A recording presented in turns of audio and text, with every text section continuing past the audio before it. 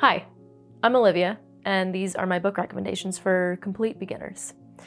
This is probably by far one of the most asked questions, is what kind of books would I recommend for a beginner? Keep in mind that my recommendations are going to be different depending on who you ask, because of my practice and my personal beliefs and the things that I have found most helpful and the things that I have found to best fit my lifestyle and my craft are going to be different than other practitioners. So if some of these books you don't really click with, or you don't really feel like they have helped, or that you think you would give to a beginner, that's totally fine, but these are the things that I would probably recommend. Further, I am going to explain to you why I would recommend each book and what I personally think that a beginner would get out of each book. As a beginner, it can be really overwhelming because there's so much information, and I'm giving you all of these books in more of a sense of this is a foundation, right? This is a place to start.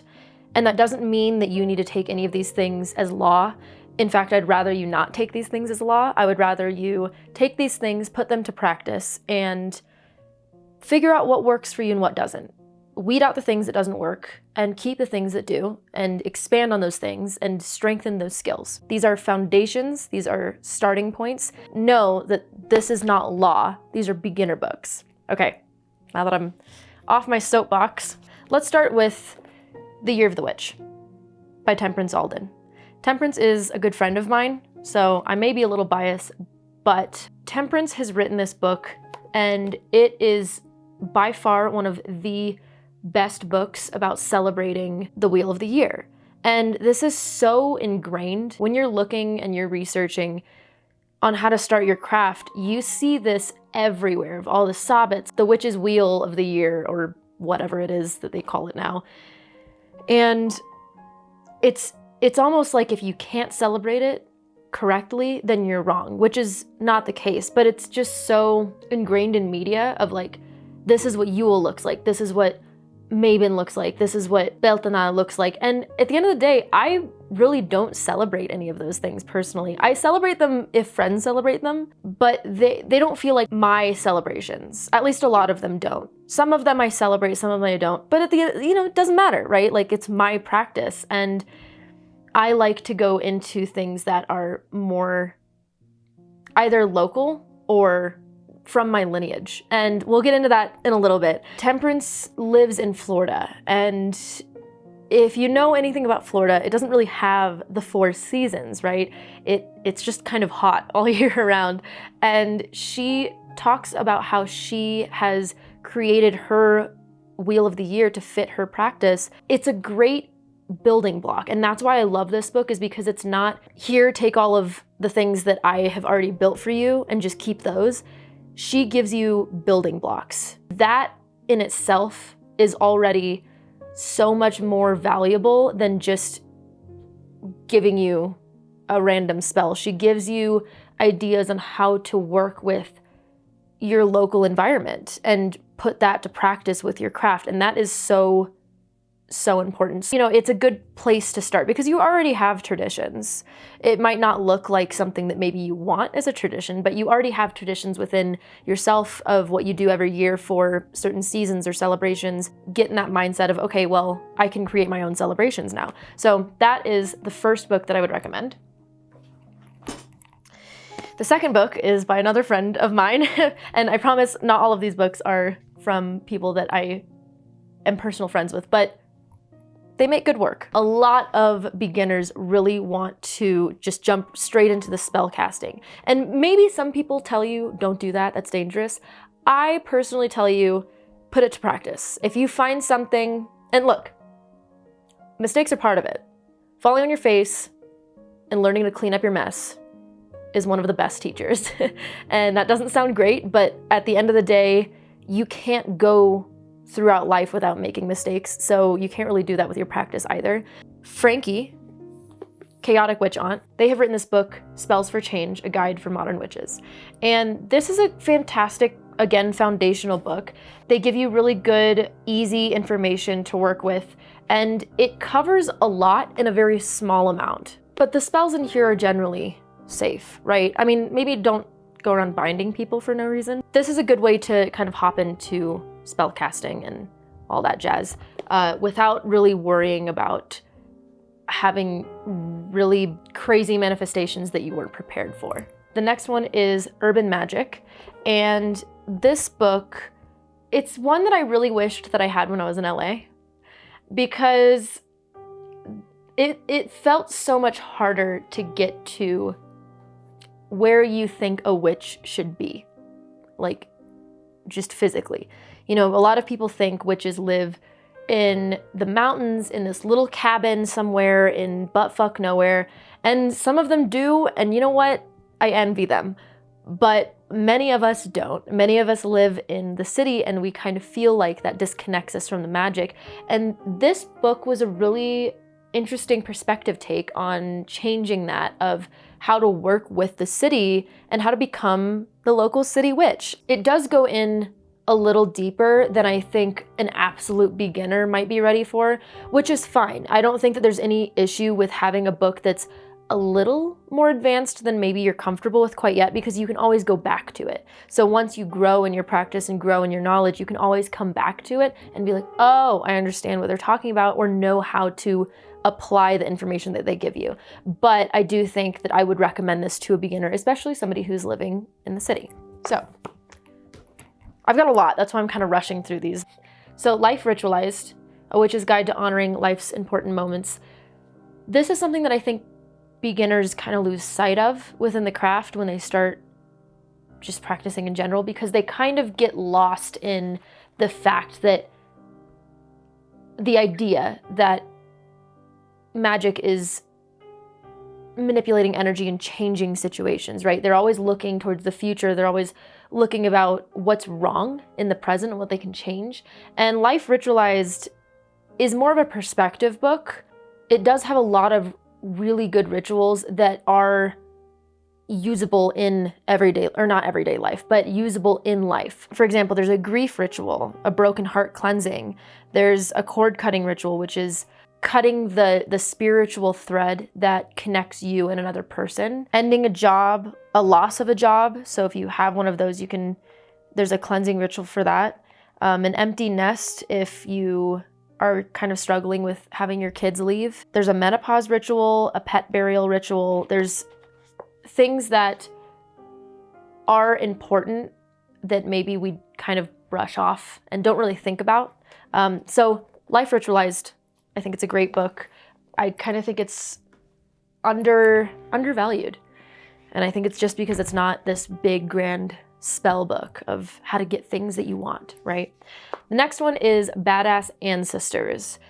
This is another huge question that I get all the time, is how do I work with my ancestors? What if my ancestors are bad people? What if I'm adopted? And they're all covered in this book, and goes through the rites and rituals of ancestors and how ancestors are worked with and honored all over the world. And it gives you a better idea on how to start making that relationship with your ancestors if you decide to do ancestor work, which in my personal opinion, I think is very important. The next one,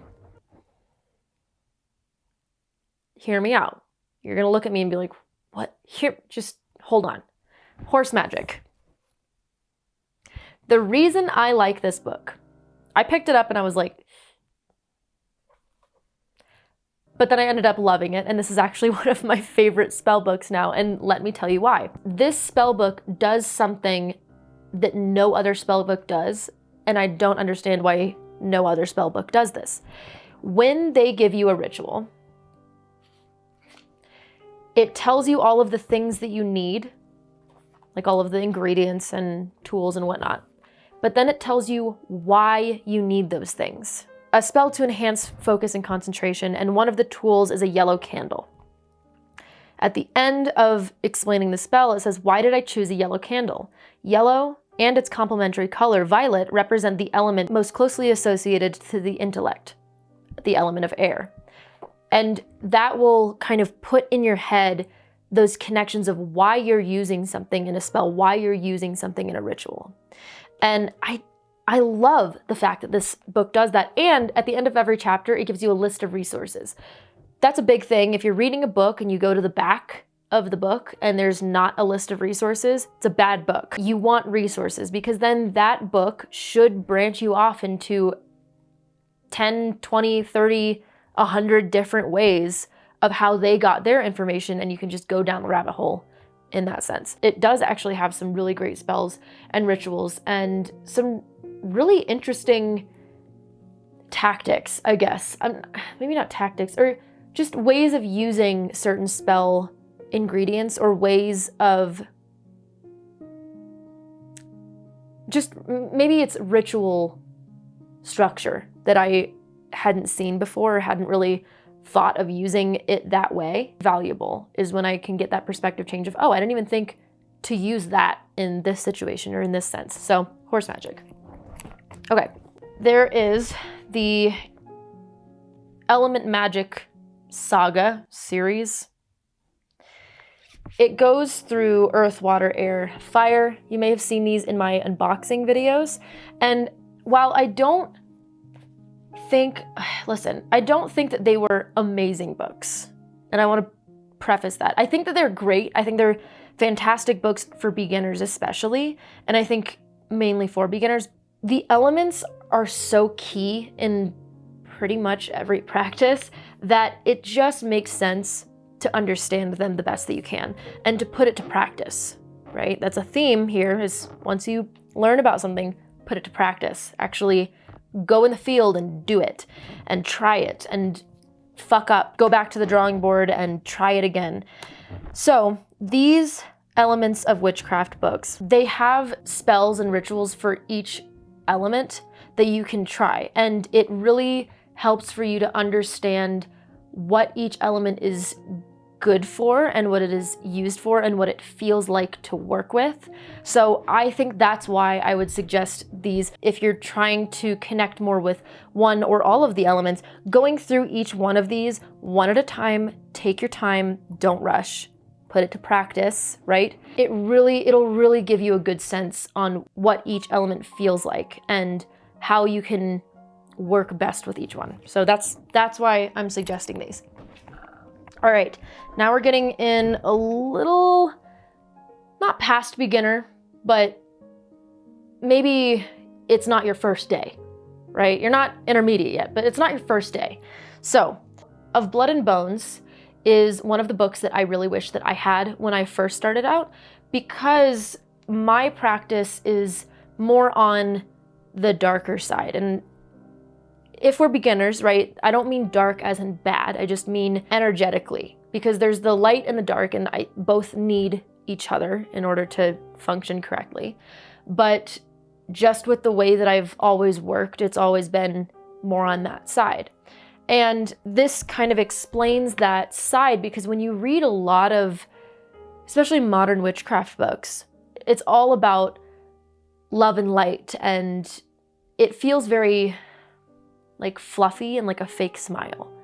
Feels like that, right? Like it has this weird facade over it, and it kind of feels fluffy. Regardless or not, if you're interested in the darker side of the craft, you should read this book. Even if you're not interested in it, you should know about it, because it's still going to be a part of your practice. There are still going to be things and elements of darkness in your craft. It talks a lot more about the traditional and less aesthetic and less pretty versions of the practice, because on media we see all these gorgeous altars and these beautiful tarot decks and these shiny crystals, beautiful spell candles, and in reality it's a lot of blood and bones, at least for a lot of people. It's not for everybody, but traditionally especially, and in a lot of different religions and cultures and practices, it's a lot of blood and bones and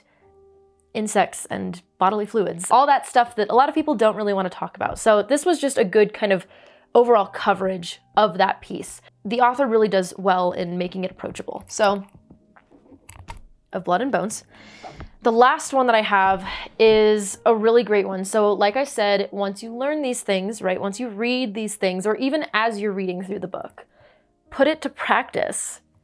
Don't be afraid of making mistakes, because again, I'm going to say this over and over, failure is part of it. Failure is part of everything, and it's not a bad thing. It's just a learning experience. Making mistakes and making a mess and then learning to clean up that mess is part of the learning experience. And once you make that mess, I bet you anything, you probably won't make it again.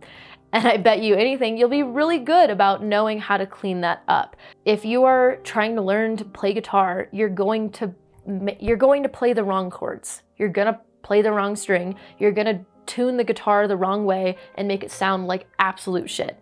That's just the way it goes. But the longer you do it, and the more you do it, and the more repetitive you get with it, this is why a daily practice is very important, the better you're going to get. So last one is Hands-on Chaos Magic. I did a review on this one as well. The reason that I am suggesting this one, I don't think that this is a beginner book, but I do think that it can be very helpful to beginners who are struggling to actually start. It starts out with beginner exercises, and you don't need any tools, and progressively builds on those. So again, it gives you building blocks. It gives you little things that you can start and get better at. And then once you feel comfortable, you move up to the next block and you start building on with these building blocks that this book gives you. And it's just really good about understanding what energy feels like and how to manipulate it, and very, very small scale stuff, but just to start understanding it and getting better at putting it to use and putting it to practice and understanding how to direct that. So I think this is a very good book to have on your shelf. Lastly, I want to show you 2 examples of 2 books that are not great, that I would not suggest buying. So the first one is Modern Witchcraft Spellbook. Okay, this and kind of all of these books, because they're all of the modern witchcraft books, there's like a grimoire, there's a love spell book or whatever, they're all the same. All of these, if you read one of these, you've pretty much read all of them. It is so surface level that you really don't get much, and it explains things in not an in-depth way. So it kind of leaves you feeling like, okay, I read the book, but you come away with it with really nothing to show of it and nothing to, I mean, there's spells in there, but in my opinion, it kind of feels like they were just thrown together because these certain things were all had correspondences in common, and that's it. That's my own opinion. If you liked this book, that's fine. You're totally okay to disagree with me, but I personally don't think that Modern Witchcraft or any of these books really are worth the money. And then the second one is The Green Witch. This one's such a popular book, and I really don't think that it was that good. Again, it's very surface level. I don't know how to explain it. It's very, there's a lot of words written on this, and I didn't get anything from it, type of thing. So The Green Witch, I think The House Witch, I think there's another one. It's the same thing, they're basically the same book, just different correspondences and somewhat different rituals, but otherwise there wasn't really anything in there that I personally got that was valuable. If you loved these books, I'm not arguing with you, I'm not trying to bash you. I just personally didn't think that they were good books, and I would not suggest beginners to spend money on them. So those are my book recommendations. We'll link all of these down below, but otherwise, I hope that this helped, and let me know if you have any book recommendations for other beginners if you are not a beginner, or maybe you are and you thought that one was very helpful. Leave that down in the comments below because we're here to help each other. Otherwise, that's it for this video. Thanks for watching, and as always, best of luck, be kind to each other, and may your gods treat you as you've treated others. Bye.